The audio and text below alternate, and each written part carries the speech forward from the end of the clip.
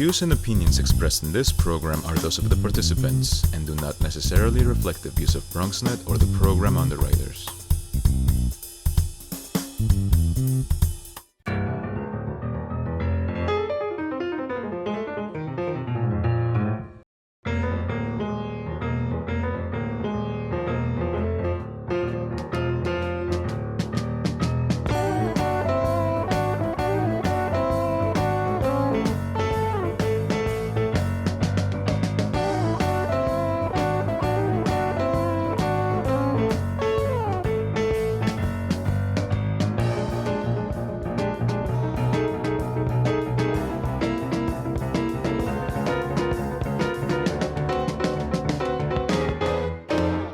And welcome to BronxTalk. This is a very, very interesting and in many ways difficult time in the borough of the Bronx.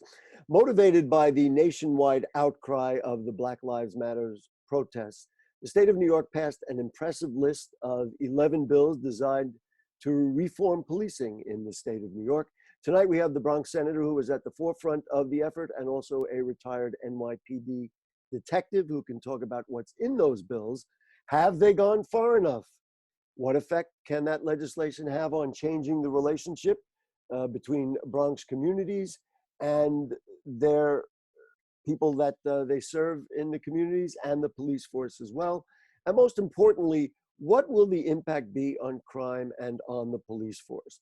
Also, we will ask the questions, what is still needed?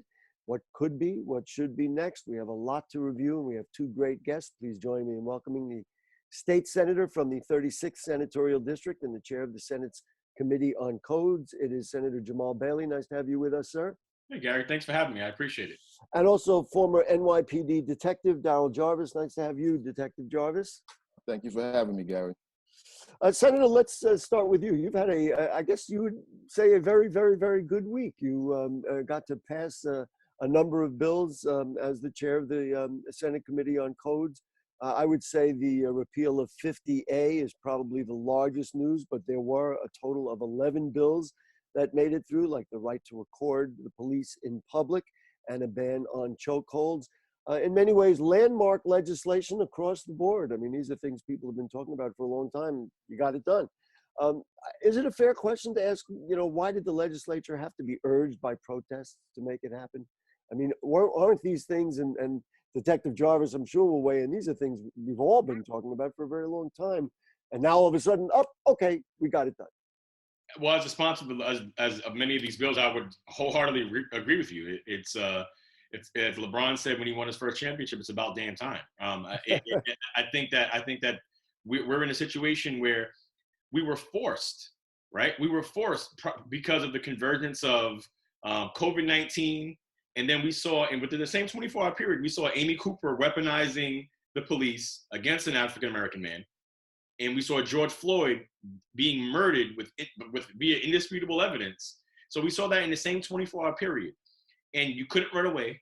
You couldn't turn the TV off. You couldn't go somewhere and utilize some sort of escape mechanism. So we in society, the whole society at large, we had to face it. And I want to give credit to the mothers of the movement, the people who were urging that these bills be passed for quite some time. They never took their foot off the gas. And I think that there's a time, the time is right. There's a certain time to do what's right. And I think this was the specific time that happened. And I'm really glad that we were spurred on to do it at this moment. The repeal of 50A, as I understood, you had been pushing for that prior to this. This wasn't like all of a sudden, this week you came up with the idea. What was the reaction in the legislature to that? And, why didn't it happen then and is, happening now or happened at this particular time? I think it was a recognition that this was finally something that this was not an anti-police piece of legislation. It was something related to transparency all along, right? And accountability. That's what the bill is designed for, to ensure that the disciplinary records of officers are available, right? It had previously been painted in a light that it was anti-police and that we wanted to stop the police from being able to do their work, which is the furthest thing from the truth. This law 50A, the civil rights law, it served as pretty much an impenetrable shield towards disciplinary records in the state of New York. When I held a couple of hearings back in October of last year, I questioned members of law enforcement. They said that their largest concern was privacy. And I agree with them. The names and addresses and social security numbers of officers or their family members should not be of public concern, should not be a public record. I 100% agree. So we made some modifications in the public officers law to strengthen those the ability to not release those records. So I think that we listened, we paid attention, and most importantly, we got something done that people are happy with. And I guess for that one, and I'm going to list all the legislation, and then each of you can pick out which you think is maybe most significant and most important. But the idea is, if you are a police officer and you have a pattern of either abuse or complaints or all those disciplinary charges and all those kinds of things, it should be, it seems to me, it should be a public record. And then also you can begin from a managerial point of view on the force, you can begin to define who may have a problem or who may need some kind of retraining or something like that. Whereas in the past, all right, the records are the records and, it is what it is. And then we find out that police officers who are involved in things like the George Floyd killing, which is just obviously more horrible than any of us can consider, that officer had complaints leading up to it. So it's not a surprise. Let me just go down the list, and we'll do it kind of quickly, but I think it's important that people know what it is that's out there, because it involves all of us. It involves the public, it involves the police force. So there's the repeal of 50A, which makes public disciplinary records. Also now people are able to record the police in public. So if something is happening, they can turn to you and say, turn off your tape recorder or turn off your camera, because you're now allowed to do that. The banning of chokeholds, which is frankly now a national conversation. The prohibition of racial profiling. Also an Office of Special Investigations was created. The Amy Cooper law, so that you can sue for damages if you are the result of somebody who complains in public. The senator mentioned about Amy Cooper in Central Park, but that same week there was some guys working out in a company a fitness room, and somebody called and said, "Hey, do you belong here?" And they called the police and called management. Same kind of thing. So now you can sue for damages in that. The creation of an inspector general. State troopers now will be forced to wear body cameras. This is also interesting. Data on in-custody deaths. In other words, we all know names. Now you'll be able to look it up and find out who did die in custody. Also, that if you complain about being injured or sick while in custody, that they have to get you medical care. And I guess the final one is firearms discharge database, so that anytime a gun is fired, then there is some record of it, and then again you can find out, is this officer a little too quick with his weapon, etc. Let's bring in Darryl Jarvis, Detective Jarvis. Thank you again for joining us. Any of these stand out to you, or you like the whole package? Give me some commentary on that. I like the package. I can see where the objections are going to be. Specifically, you talked about the releasing of the information of officers' homes and addresses and stuff like social security numbers. I'm glad you put that legislation in and strengthened that rule, that law. I think that when you start releasing the records, the CCRB records, the complaint records, you have to have it done with somebody who knows how to look at these records, because they can be misleading. Depending on what unit you work in the New York City Police Department, you're gonna have more or less complaints because of how active you are. Like if you're in the narcotics division, which I was for 6 years, you're gonna have a bunch of complaints saying, every time you lock somebody up, "Oh, he took my drugs and my money and he didn't voucher them." Well, it's easy to figure out if he vouchered them, because all you gotta do is look at the records to see if they were vouchered. But every every high-level drug dealer that I locked up said I took his guns and his money and his drugs. Every single one. So I have complaints on my record saying, "Oh, he stole my drugs and my money." It's not, there's too many chains of command and chains of evidence to follow in order for that to happen. That's easily followed. That is a fascinating point. And I'm thrilled that you brought it up, because it's like innocent till proven guilty. I mean, that is the foundation of our justice system. And in that case, yeah, they're going to be a complaint, but it was an unfounded, and certainly most people, I assume, who are being arrested are not happy about it. Are not happy about it, correct. And one of the most effective units that there is in the police department is the one that's being disbanded in New York, is the street crime unit, or the kind of plainclothes street units. Really are responsible for getting a lot of guns off the street. That being said, a lot of these units and laws and procedures are good ones. Having them carried out by human beings is where we get iffy. If it was a bunch of machines doing it, great. Yeah, let me just interpret that. The rules, what you're saying, and maybe the street crimes unit itself is okay, but it's the state of mind. It's the state of mind of who. I think the biggest disconnect between the community and the police department is our concept, and I say our as a former police detective, of why we're doing it, and that's supposed to be protect and serve. So when that line gets skewed, when you start seeing yourself as something other than a public servant and more of a occupying army that has to go into war every day, the issues pop up where you see these people as enemies that you're serving, as opposed to people that hire you to serve them. And that's where the disconnect comes in. So well, let me ask you this. Is this legislation, and we're going to go right to the senator, who I'm sure has things to say about what he just heard. Is this legislation a way to change the minds of some police officers who, listen, we can talk about blue wall and all these other things, change their minds a little bit to say, then let's protect and serve and take that element out of your state of mind, because now legislation kind of forces you're going to be able to be recorded. You're going to, there is a way for the community to have input into your work. I mean, is that a way to also change minds in addition to training? Is that for me or for the senator? That's for you, and the senator's going to weigh in right after.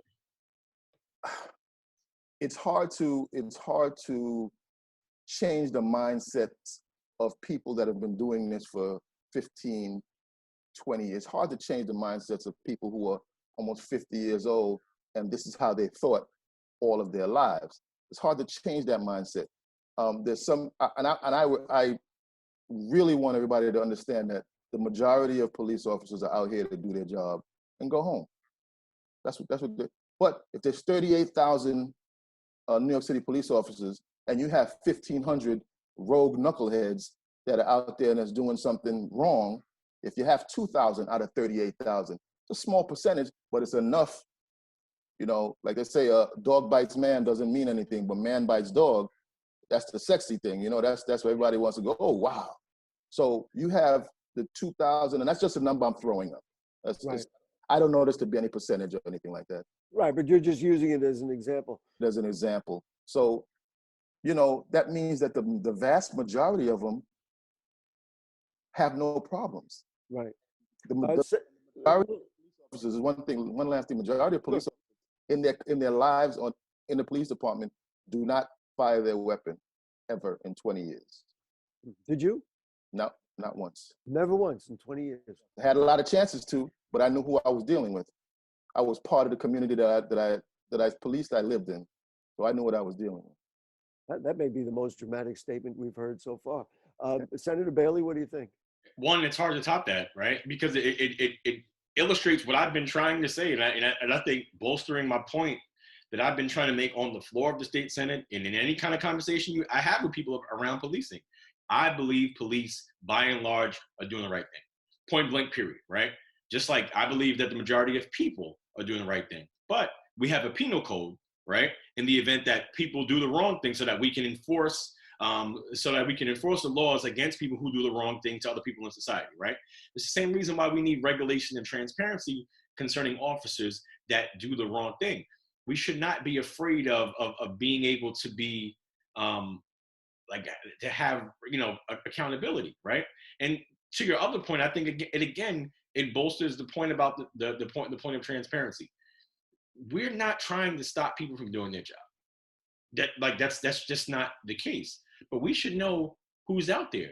Detective Jarvis, you didn't fire your weapon because you had culturally competent training and on the job life training, because you knew the people that you were dealing with, and you knew that if I do this, there is a chain reaction of events that will take place. Yep.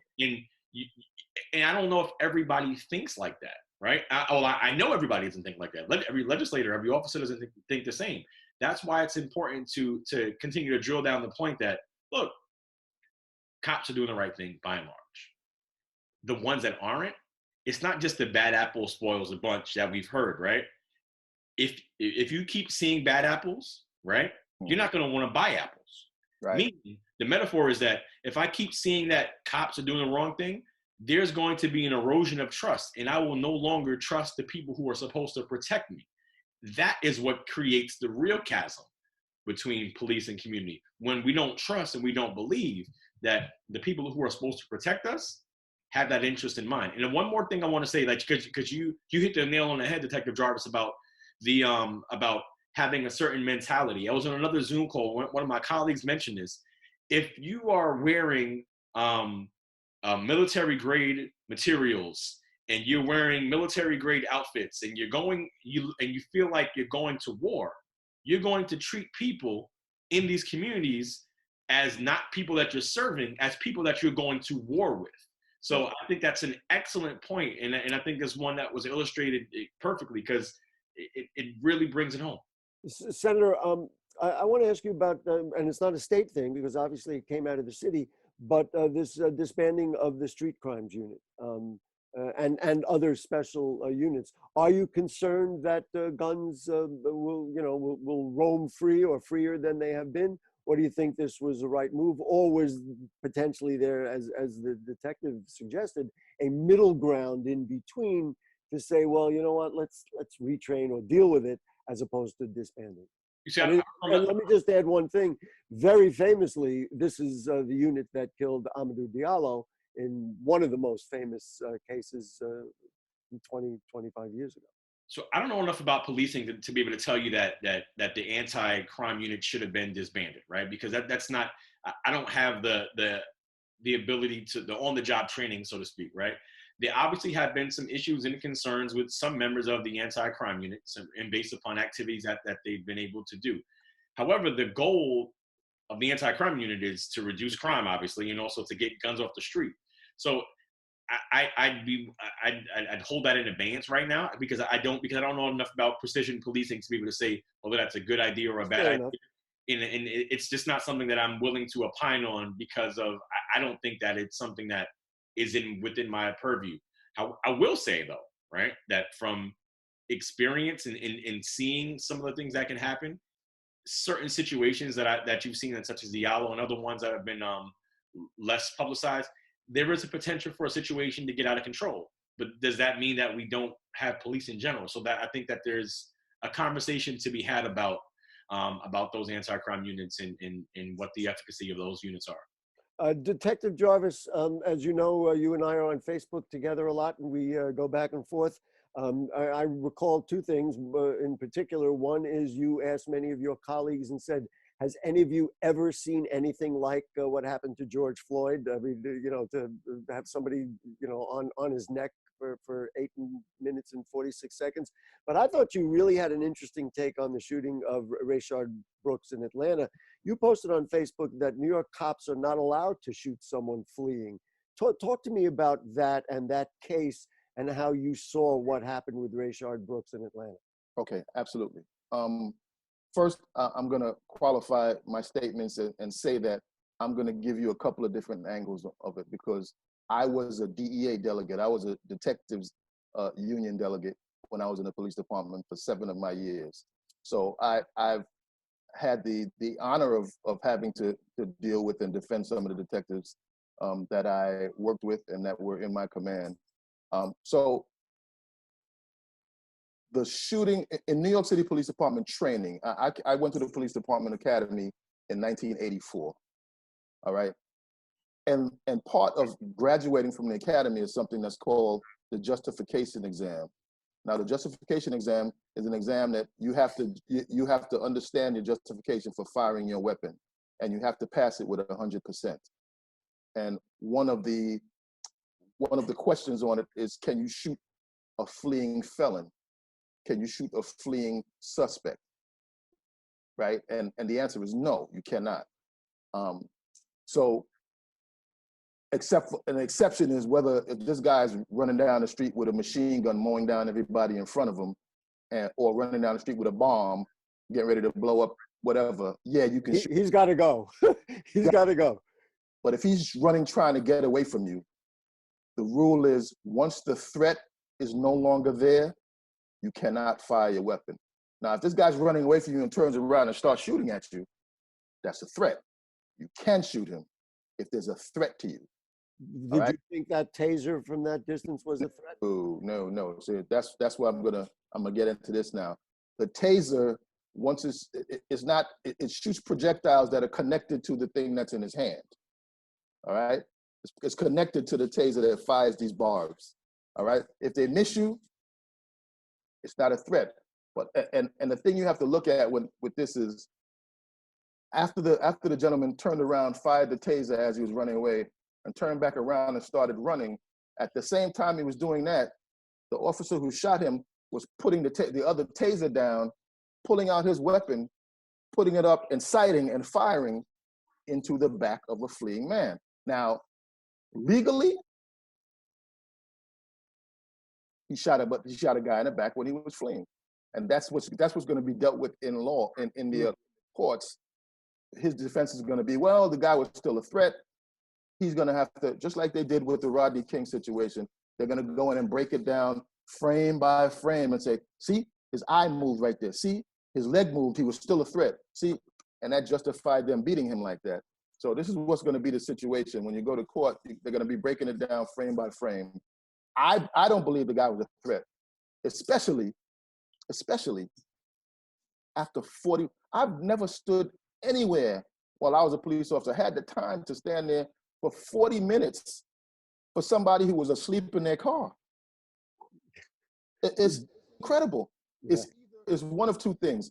Either it was not busy and they really didn't have anything else to do, or somebody was looking for, as they call in the police department, a collar.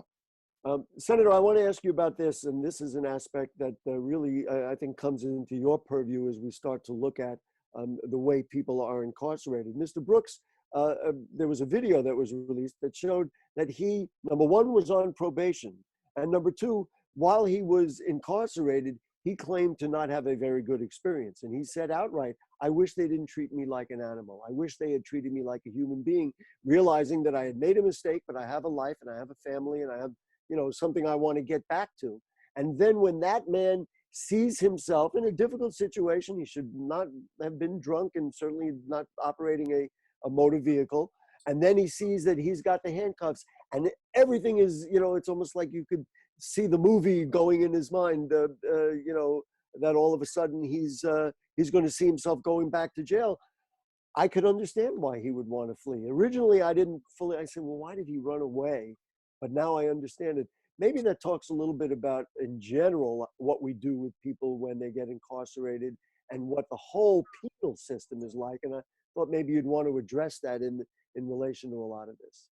So sure, a lot of times in our society, people are treated as disposable, right? Like we're supposed to be a society of second chances. We're supposed to be a society where, if you mess up, you can, as long as you apologize and you rehabilitate, you can come back. But we make it often even more difficult for those who are re-entering society and attempting to do so in a legitimate fashion. We make it even more ridiculously hard for them to do that. And when you speak about probation and parole, they're obviously two separate things. But if you're on parole, the things called technical violations, right?